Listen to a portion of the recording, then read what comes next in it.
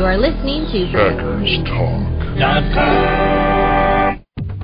This Green Bay Packers podcast is brought to you by Mayfield Sports Marketing, our official sports marketing agent for player appearances. To book a Packers player for your next event, go to PackersTalk.com and click on Player Appearances. Are you looking for some signed Packer memorabilia? Look no further than Waukesha Sports Cards. If a Green Bay Packer can sign it, Waukesha Sports Cards has it. Check our website for upcoming Packer player and legend signings. Go to WaukeshaSportsCards.com. Amanda, come in. 10-4. Have you infiltrated the security system yet? Locked and loaded. Ready to lower myself into the enemy war room. I'm lowering you down now. I have access. The Packers are in for a tough one this week. I need the password to proceed. The password is read option. I hate that password. Me too. You know which wires to cut. Always go for the green and gold. Here we go. I'm Amanda Geffre. And I'm Chris Callaway, and you're going with us behind enemy lines.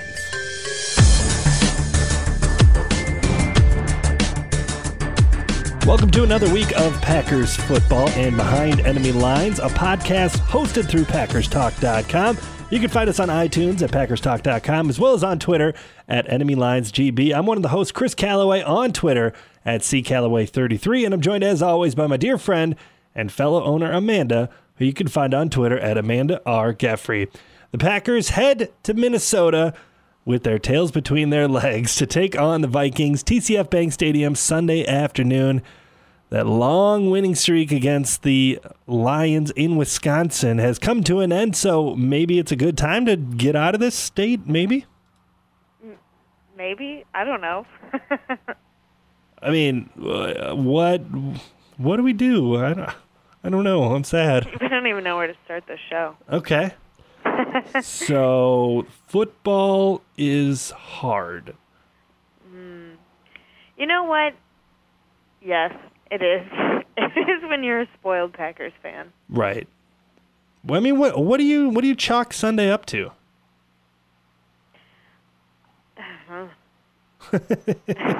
I'd like to say the Lions playing awesome, but they didn't want to win that game either. They were clearly trying to give away that game. Yeah, they did everything in their power. But, in the first quarter, the Packers came out looking really good, zipping the ball all over the place, driving down the field. All of a sudden, they stall, kick a field goal. It's 3-0, and then something about that caused the wheels to kind of fall off, and they just punted and punted and punted, and Tim Mastay isn't quite as good as he used to be, and it just, I don't even know what to say. You know, you'd like to say it was cold up in Lambeau, but we've had an unusually warm fall. That's true. I don't know. Maybe it's because a ton of people are hurt. We've made it almost 2 minutes without mentioning Olivia Munn, so... Oh, gosh, do you really want to get that out of the way? Everybody else is talking about her. Those storylines are preposterous, so we're just going to gloss right over that one and actually talk about stuff that might actually be the reason. But, Aaron Rodgers didn't look sharp. I thought the most telling statistic from Sunday's game was he had 21 throws to Davante Adams, and Davante only reeled in 10 of them. 10 out of 21 is not that great of a percentage. No. It's under 50% if my math is correct. And I mean, I think that speaks to A, them not being quite on the same page, and B, some of the throws just not really being there. So that kind of just a microcosm of the game as a whole. But a couple of guys getting nicked up along the way, it sucked all around last Sunday. It was just painful. And you know what sounds snobby on my part? What? I had to watch the game in standard definition. Oh, my God. Right? Right? Children in Africa are scratching their head right now. I know. It was tough, let me tell you. Oh. I mean, I had to watch it in Iowa, so I beat you. I mean, the Vikings are now, by themselves, number one in the NFC North. The Packers are 6-3. A lot of people are saying, panic, hit the panic button. I mean, are you at that point yet? I mean, 6-3 still is not too terrible. I mean, no, it's not. There's a lot of games left for them to win. Okay. But, I'm not feeling as confident as I was last week. Right. I mean, I fully expected them to just come out and obliterate the Lions. Our predictions would definitely have said that last week. And I think our guest last week, Kyle, was right there with us. So they were equally surprised that the fact that the Packers actually lost that game last weekend. But, if that's not bottoming out, I'm not sure what is, Can it get worse than that? Sure. But realistically, I don't know. If they lose this weekend and move to 6-4, I mean, is the state just going to pretty much self-combust? I don't know what's going to happen. No, I don't think the state will self-combust. If they lose again, they lose again. Right. Honestly, I mean, it's whatever. They're probably going to lose again. Adrian Peterson. I mean. Yeah. But I think that there's a lot that they have going for them. Maybe Bart Starr will inspire some courage in them to slaughter Chicago when they come for Thanksgiving. I mean, they're sure. Okay. Are you writing? I don't know. I don't know. Are you writing off this weekend's game already? No, not yet. We haven't talked to our guest yet, so how would I know? I don't know. It's just the defense looked good. Zone against a really crappy team. Right. So that doesn't really make me feel great. But right. Hey, at least they did their job. Our offense did horrible. Aaron Rodgers did horrible. Our receivers were doing horrible. Our line was doing horrible against a really crappy defense. If you can't do good against a crappy defense, newsflash, the Vikings have a good defense. Yeah, that's not good. Broncos had a good defense too, and how'd that game go? Carolina had a good defense. How'd that game go? Well, I don't know. I don't know what the beginning of the season was. Maybe that was just. I think there's a lot of. Honestly, I think there's a lot of injury stuff that's going on, and they're not really letting on to what is happening. I mean, what is going on with Aaron Rodgers? Shoulder, something. They've kind of talked about it, but they haven't really said more than he's limited. Mm-hmm. Well, there's clearly a problem there. I mean, he hasn't looked like himself in 3 weeks.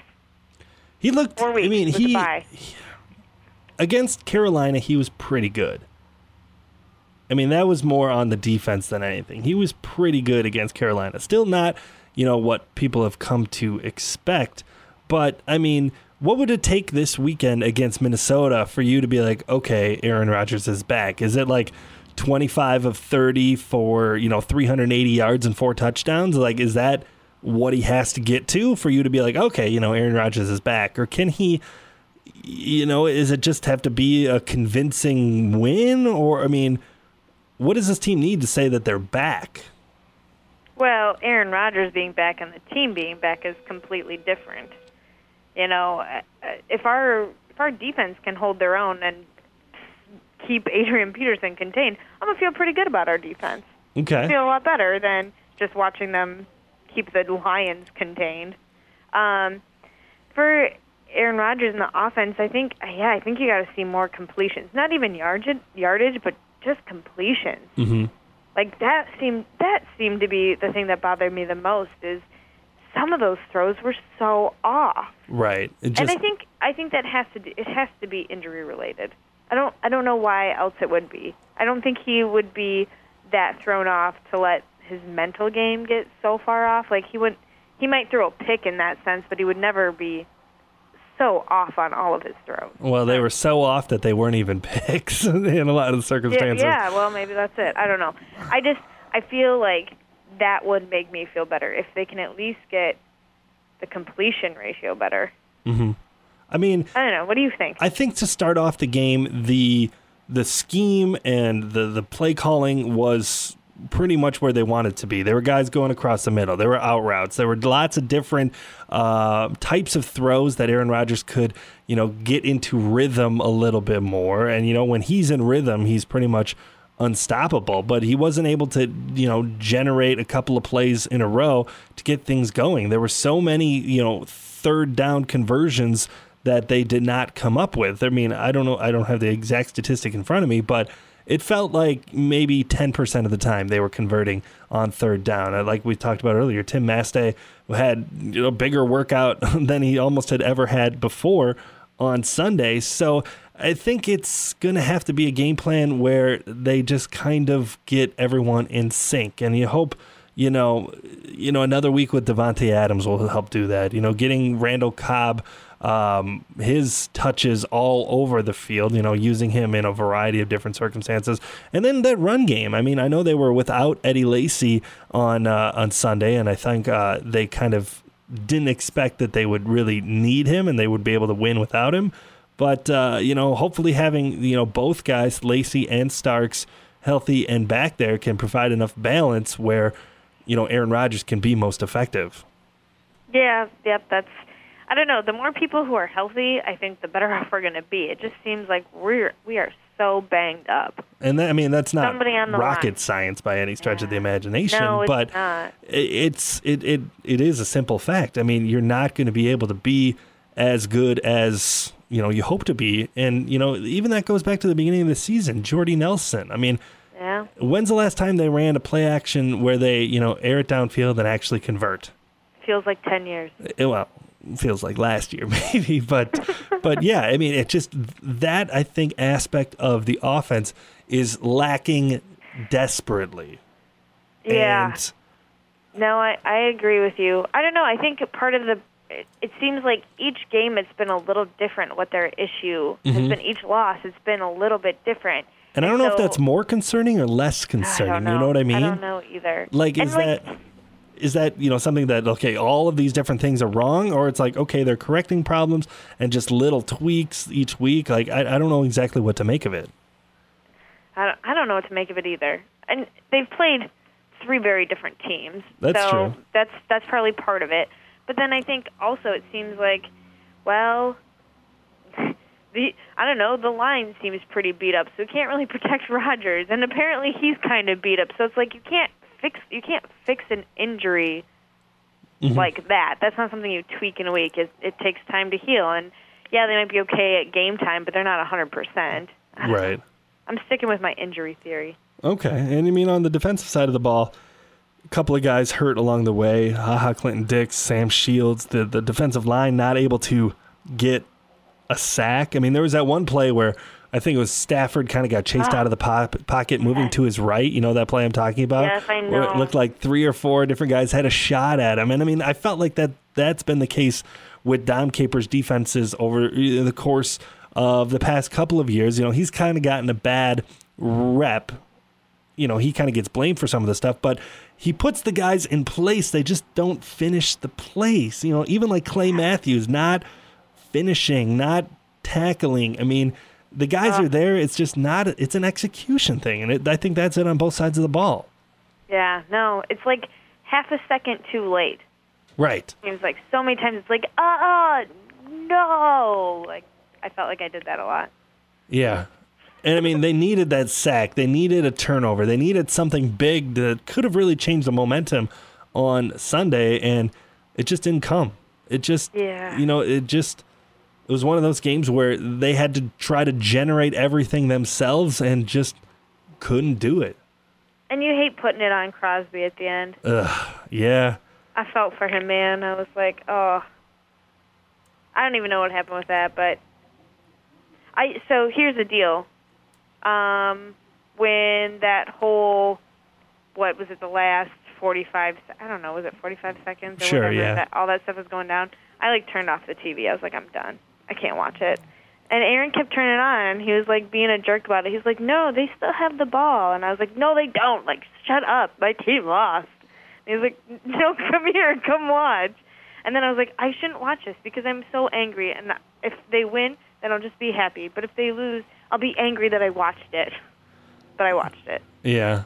I'm just letting out my emotions now, so I'm really sorry for everybody who's listening. This is a safe place. This is a good place to do that. But don't judge me.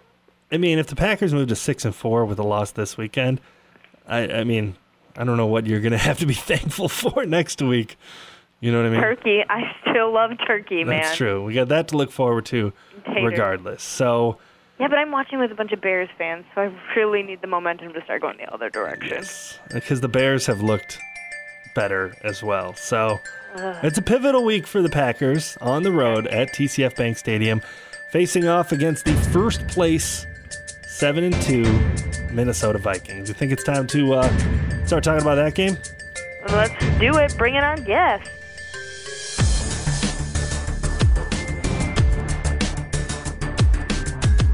Now we'd like to welcome our guest, AJ Mansour, who has joined us in previous seasons to talk about the Vikings. AJ is an on-air host and multimedia journalist for KFAN Sports Radio. You can find his work on Twitter by following him at AJKFan. Welcome to the show, AJ. Thanks for joining us again. I appreciate you guys having me. Thanks for having me again. So it's certainly been an interesting month for Packers and Vikings fans alike, but for different reasons.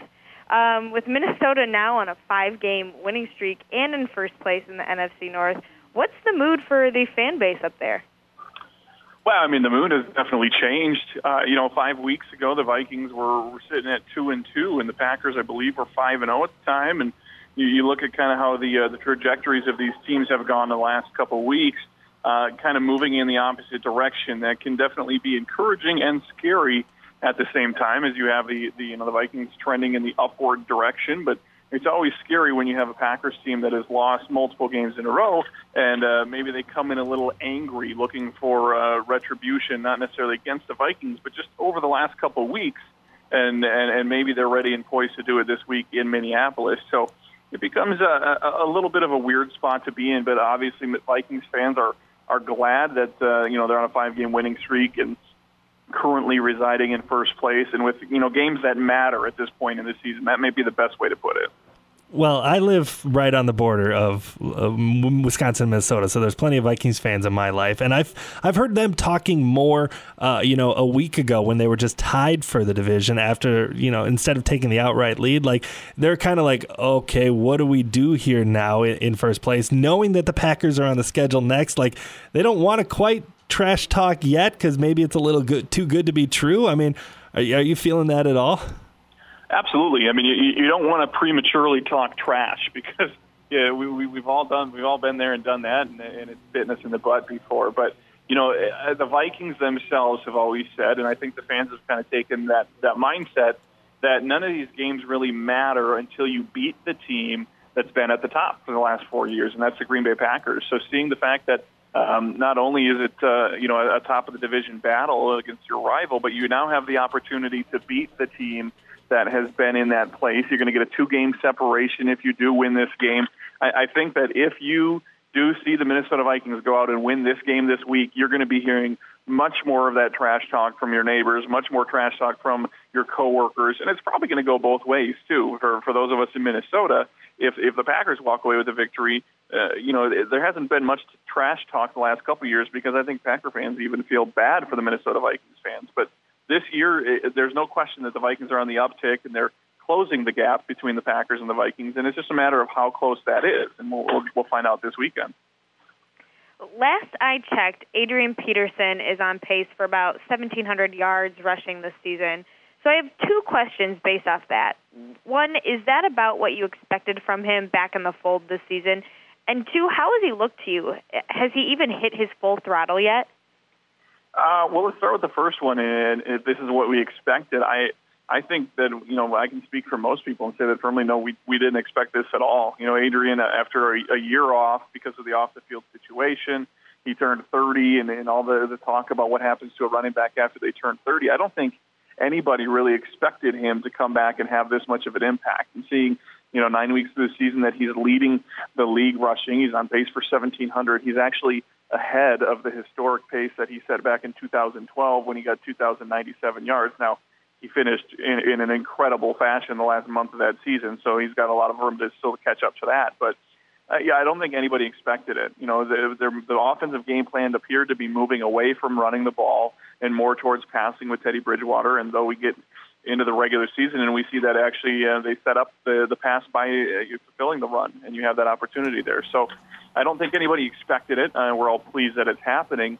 And when you look at the way that he's doing it, I still, outside of the 80-yard run he had last week, I still have not felt like Adrian is Adrian. He still looks like he's a half step slow. He looks like he is maybe doesn't have the same dynamic cutting ability that he used to. And that's not to say that he's bad or that he is slow, but he's not. I have what I've seen is not the same speed with Adrian Peterson kicking it into that fifth gear. It's not the same Adrian Peterson cutting with just the sharpest angles and the quickest feet in the league as we've seen in the past. So I don't know if that necessarily means that is gone and he's never going to get that again, or if he is still ramping up and he's still just kind of hitting stride. But, a 203-yard week, player of the week, FedEx ground carrier of the game, or whatever he was awarded with this week, those are the things that are going to work towards getting that confidence back. And he does have a pretty good track record against the Green Bay Packers. That was exactly going to be my follow-up question. I mean, he has to be a little, confident and excited about the Packers coming into town because he has had that good track record against the Packers. And, the Packers haven't necessarily stopped too many people the way they would want to this weekend. I mean, is that kind of one of the mismatches that could really work in the Vikings' favor this weekend?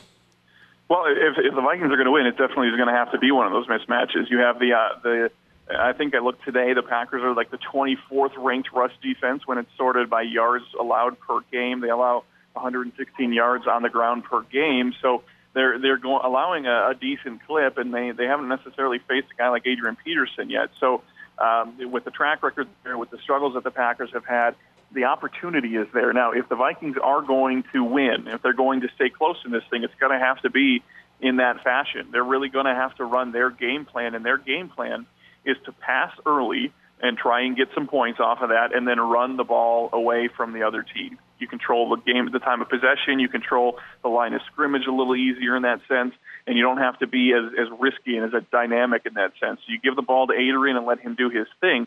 That's how the Minnesota Vikings win. They have good defense and good running, and once they get ahead, they ice you with that defense. They ice you with that run game. So if the Vikings are going to win, if that's going to be the recipe, that's going to be the way that they do it. You're going to hold the Packers down a little bit. I don't know that you can hold them down completely. You hold them down a little bit and then just run, and milk that time clock.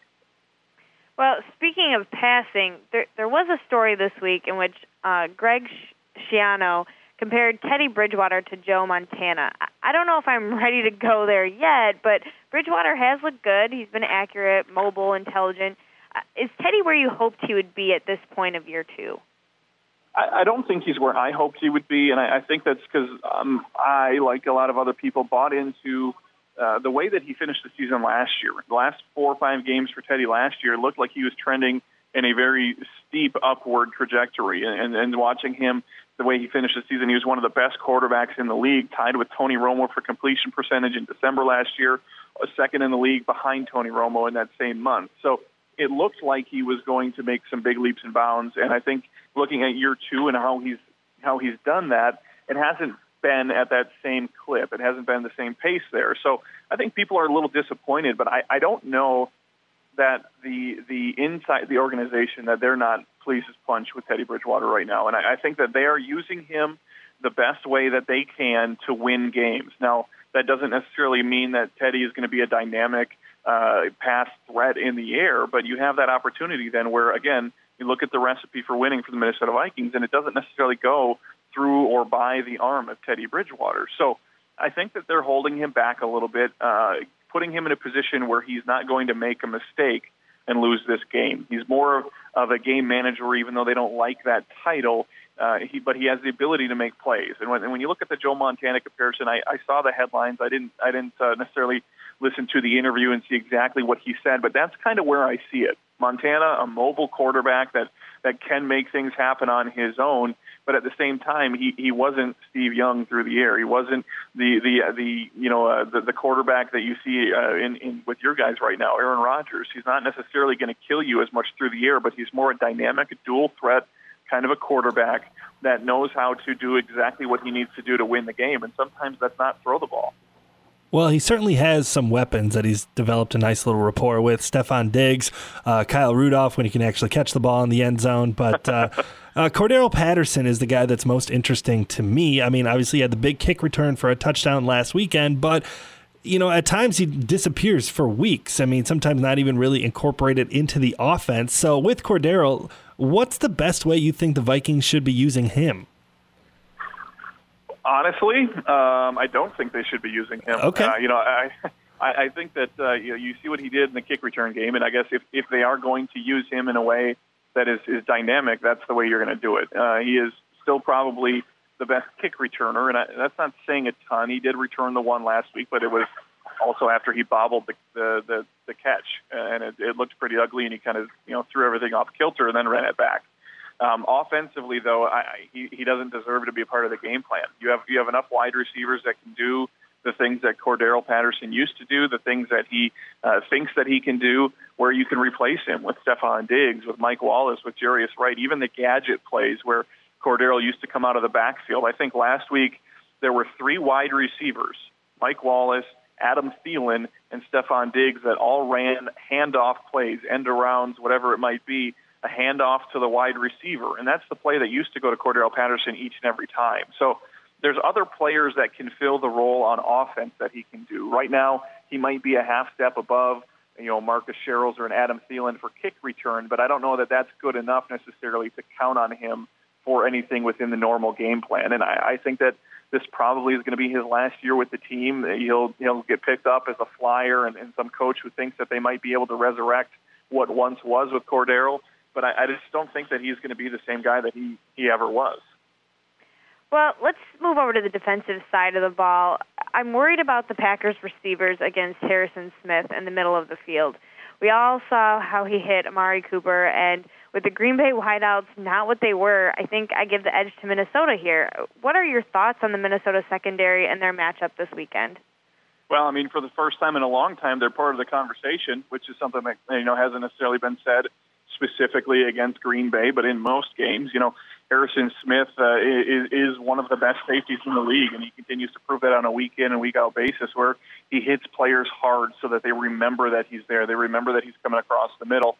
And then on the other side, you have the reigning NFC Defensive Player of the Week in Terrence Newman, who, at 36 years old, is just playing, is balling out. And, 2 interceptions last week, 5 passes defensed. This is a guy we thought was going to come in as a mentor and really only work through practice with the young Trey Waynes, and realistically, he's taken that starting job and run away with it. And he stayed healthy, he stayed effective each and every week, and Terrence Newman is a force to be reckoned with now. I think you take a step backwards a little bit with Xavier Rhodes, and he's getting some penalties and not necessarily looking like he did last year, but at the same time, you have a young core there that is dynamic, and with Jordy Nelson out, with Aaron Rodgers struggling a little bit, they're in the conversation. And I think that the one thing, and I don't mean to step on your next question potentially, you look at that defense, and maybe the one thing that's the most important is going to be those linebackers, both healthy now, Anthony Barr and Eric Kendricks, and the way that they affect not only the pass rush, but the way they can drop back into coverage as well. That's exactly where I was going to go. Eric Kendricks is a guy that I was really hoping the Packers were going to be able to come up with in the draft in the spring, so I was a little bummed to see him go to the Vikings. But, he's slated to return to action this weekend. He and Anthony Barr, one of the best young linebacking crew in the core, or in the league, I should say. How good have those guys been this season, when they're both on the field, and how much better does that make the defense? It makes it incredibly better. This is a team that struggled defensively the last couple of years to stop the run, to stop the pass, to put pressure on a quarterback. And when you have the combination of Eric Kendricks and Anthony Barr, a second-year guy and a rookie is what we're talking about here. And they're just confusing veteran offensive linemen. They're confusing opposing quarterbacks that should know how to handle it. Whatever they're doing, they're tricking the opposition, and they're bringing a double-A gap blitz where they both show, one of them goes, one of them doesn't, one drops back into coverage, they both go, whatever it might be. It's confusing the other team, and they have the ability to not only do that, and Linval Joseph ahead of them eats up 2 blocks and lets them come through free, but they also drop back in pass coverage very well. And that was a concern with Anthony Barr last year. We knew that he could go down. We knew he could rush the quarterback from the edge, but when he dropped back into coverage, at the beginning of the season, he was a little bit of a liability. So to see the way that he's really figured it out, to see the way that Eric Kendricks has come in, and, college teammates, they have a little knack for playing beside each other. They've really shown a lot this season already. And so Eric Kendricks practiced 2 days in a row now. It looks like he's going to be healthy enough to play. That's going to be big for the Minnesota Vikings to get him back after 2 weeks missing. I've seen Linval Joseph finally getting some publicity this week, and they're going to need a solid pass rush against Aaron Rodgers this Sunday. And, frankly, it's a matchup that both Chris and I are worried about. So, let's go big picture here. Mike Zimmer has certainly put a stamp on this team, but what do you think is going to be the defensive game plan against the Packers this weekend? It's going to be the same thing that the Packers probably see every week. You want to try and contain Aaron Rodgers. If he gets out and he breaks the pocket, that's where he becomes lethal. So you want to contain him, but at the same time you want to put pressure on him. And that's where a guy like Linval Joseph comes up so big, because he brings that interior pressure that if they can contain on the outside, that's where you're going to get the pressure on the quarterback. And this may sound preposterous, you guys, but Linval Joseph might be the best defensive player in the league this year. And just watching, like you said, he's just starting to get some notoriety, but seeing him on a week in and week out basis, and the way that he not only finds himself in the stat book and really shows up in a big way there, but all the other little things that he does, eating up the blocks, keeping the linebackers clean, putting pressure on the quarterback, plugging the holes. Even if he doesn't get the tackle, doesn't get the pressure, doesn't get into the backfield, he's so smart, so strong, and so quick for his size that he's always doing something good. And I really don't feel like I'm that off base when I say he might be playing better than the J.J. Watts of the world as an all-around defensive player, obviously a different position, but you have that opportunity there, and that's going to be the one guy that, if the Packers are listening to this podcast, that's the guy you need to figure out. You need to figure out how to contain him. You need to figure out how to do that. And with Sharif Floyd by his side and the guys that can put pressure on the outside too, it's a dynamic defensive line. And I don't want to blow it too far out of proportion, because they're not, they still have flaws and they still have weaknesses. But the way that they've been playing, combined with the way that the back end has been playing with the linebackers and the safeties, it's been a tough defense. And really, I think outside of the Cincinnati Bengals, they allow the fewest points. They're the only team in the league that has allowed less than 23 points in every game. So the statistics are starting to show that this is an elite defense as well. I don't like anything you just said there. I'm just gonna. It hurts hearing how good this Vikings defense has been, because the Packers just lost to the Lions. So that's nowhere near the level of where this Vikings team is right now. So I mean, as an overall sense of the game, do you think it'll be a kind of a defensive-minded 17-14 type of game, or do you think either of the offenses will really be able to get on track on Sunday? Well, I kind of thought last week's game against the Raiders was going to be a lower scoring game, especially since the Vikings haven't really been able to get much going through the air. That's always been the Raiders' weakness, is their pass defense. But to see that the Vikings put up 30 points last week, and they did it mostly on the ground with Adrian Peterson, obviously a kick return through with Cordero Patterson as well. But I think that it's going to be one of those middle-range games, because you do have the defenders that are going to stop some things, but at the same time, there's a lot of talent on both sides of the ball for offense too. So you're probably talking mid-20s for both sides, and ultimately one of the teams is going to come out on top. Do you have a prediction that you'd like to give us on what we're going to see on Sunday? Well, I think, like I said, I think we're going to probably see mid-20s. I don't know if it's going to be a walk-off shot, but I think realistically, you're looking like 27-24. I'm going to lean the way of the Vikings, because that's just the way that I do, and I think that right now they're playing better football, and I think that it's going to be a statement game for one team or the other, and I think that the Vikings might have the edge right now. I was thinking that exact same score, but in the other direction, 27-24. I guess I just refuse to believe that the Packers are going to come out and lay yet another egg, even if it's on the road at TCF Bank. So I like 27-24, maybe going in the Packers' direction. But Amanda, what about you? Well, I don't mind being the negative Nancy of the group here. I think I'm going to have to agree with you, AJ. I think the Vikings are definitely have the edge in this game. Packers aren't even playing at home, not that really mattered last week. I do think, I've expected all of these games to be more high-scoring, both the Carolina game and the Lions game that the Packers played in. I expected them to be higher-scoring games, so I'm going to go ahead and say this one's going to be not quite as high as what you guys predict, and like 21-10, Vikings come out on top. Can only contain Adrian Peterson for so long before he walks on our defense. So 10 that's points? what I think is going to happen. Oh, boy. I know. I like the sounds of that. It's the first time I predicted a loss. I've been trying to be super positive all season, and you know what? They just didn't give me a whole lot to be positive about after last weekend. Oh, wow. Yeah, three losses in a row will do that to you. Yeah. Not something we're too familiar with. All right. Well, AJ, thank you so much for coming on and giving us some insight. We'll see what happens up in Minnesota. Is it supposed to be chilly up there this weekend? Yeah, I think it'll be cold. It's going to be a sunny day, but we're talking probably 30s, maybe 40 as a high. Yeah, so this will probably be the coldest game that they've played this season. We've had a pretty mild fall, and they're used to playing indoors when they go to Minnesota, but last 2 seasons, not so much. So we'll see. Hopefully no snow. All right. Well, thanks again, AJ. We appreciate it. I appreciate you guys having me. Thanks much. We appreciate everyone for tuning in to the Week 11 edition of Behind Enemy Lines. The Packers head to Minneapolis this Sunday to take on the Vikings once again. You can find our podcast on Twitter at EnemyLinesGB. I'm Chris Callaway, and you can find me at CCallaway33. I'm Amanda Geffre. You can find me at Amanda R. Geffre. Thank you to our guest, AJ Mansour, for joining us, even though you gave us terrible, terrible feelings about the upcoming game.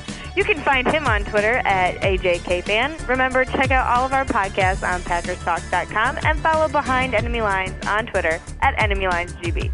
Until next time, go Pack, go! This Green Bay Packers podcast is brought to you by Mayfield Sports Marketing, our official sports marketing agent for player appearances. To book a Packers player for your next event, go to PackersTalk.com and click on Player Appearances. Are you looking for some signed Packer memorabilia? Look no further than Waukesha Sports Card. If the Green Bay Packer can sign it, Waukesha Sports Cards has it. Check our website for upcoming Packer player and legend signings. Go to WaukeshaSportsCards.com.